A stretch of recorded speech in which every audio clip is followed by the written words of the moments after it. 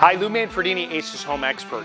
Fires in the home can happen anywhere, so we have the 5 most common areas that you should pay attention to.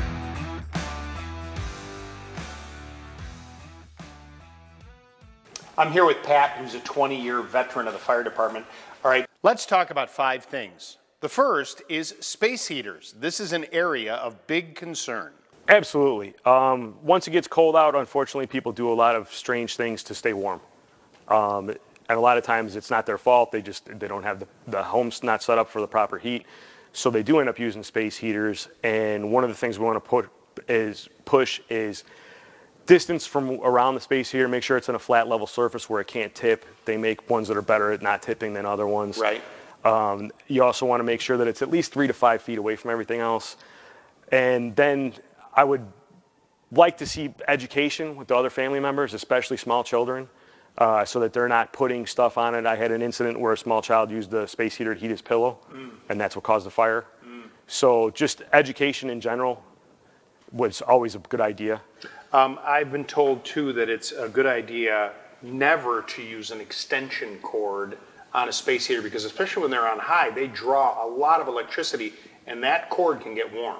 Absolutely. And, you know, depending on the quality of the cord as well, that's not helping out anything. And there's really no reason to put it out in the center of the room where people can trip over the cord and risk knocking it over and things of that nature. Right. Number 2 is electrical cords. This is where you see a lot of issues with fire. Correct. Unfortunately, you see a lot of cheap cords out on the market. And then what happens with those cords a lot of times is they crease very easily. And a lot of times you'll see somebody that will use an outlet and use a cord, extension cord to it, and they push something up against it, a bed or a piece of furniture, and it creases that, and now you have this going on a 90-degree outlet, a 90-degree turn coming out of the outlet, and you just created a lot more resistance in that cord, and it heats up. All right, number 3, you mentioned that fireplaces are an area of concern.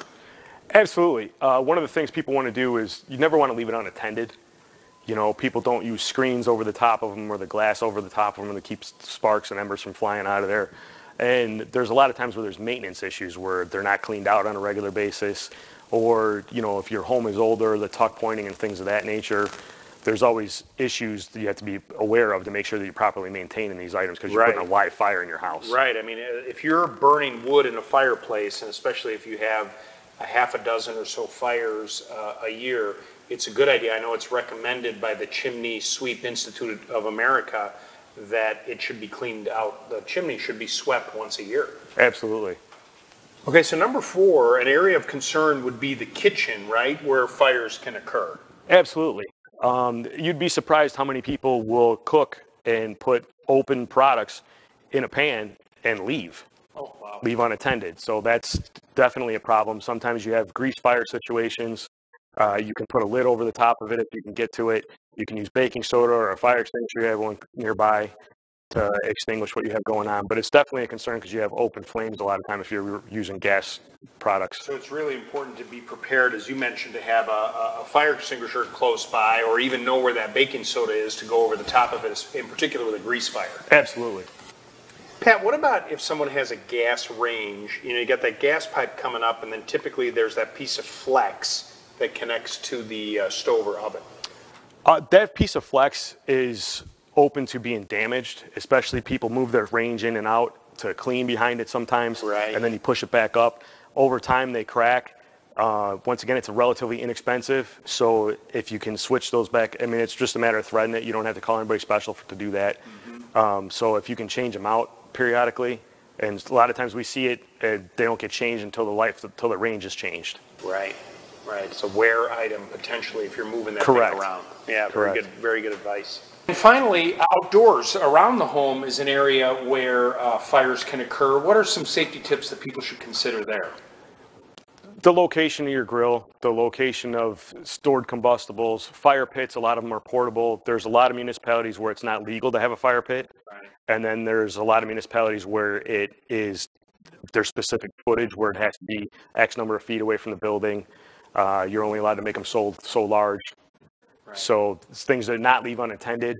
People think they're done grilling, so they just, they're going to let the charcoal burn out, and they leave it unattended, and it's sitting on top of something that's combustible. It's on a deck, it's on mulch, it's on something of that nature. Or the fire pit. People are like, okay, that was pretty, now I'm going to bed. Right. A lot of people are using these patio heaters, and maybe they're pulling them in too close to like an awning or a covered place. The top of that thing can get really hot. Absolutely. Because the heat rises, so, it doesn't take, it's not that hard to get the siding going when you have stuff that's on fire next to it. Right. Common sense. Absolutely. And that's it. If you'd like more information, please go to our website, acehardware.com, and subscribe to our YouTube channel. Better yet, stop by your local neighborhood Ace Hardware store, because Ace is the helpful place.